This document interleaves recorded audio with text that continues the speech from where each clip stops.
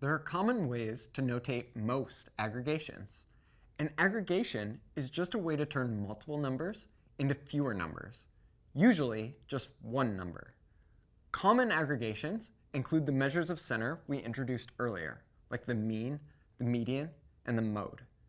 Each of these takes many numbers and provides a single value to give information about the dataset. In this example, we want to aggregate all the values into a single sum. In other words, add them up. The Greek alphabet is a popular place to pull notation. Similar to English, there are both lower and uppercase letters in the Greek alphabet. For summing many values together, we use a Greek symbol known as sigma. Specifically, we use the uppercase sigma. We generally use the symbol in the following way.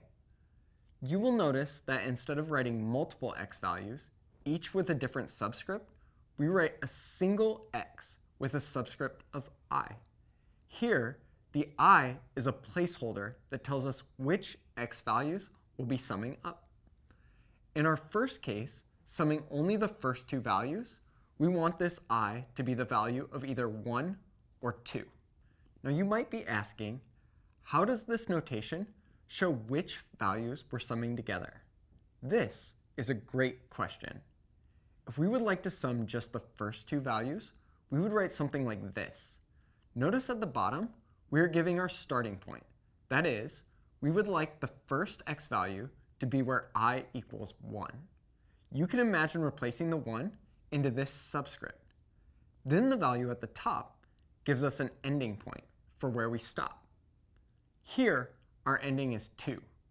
The sigma tells us we would like to sum from this bottom value up through all the values until we hit this top value. The new notation with the summation symbol is the same as our original notation of x1 plus x2.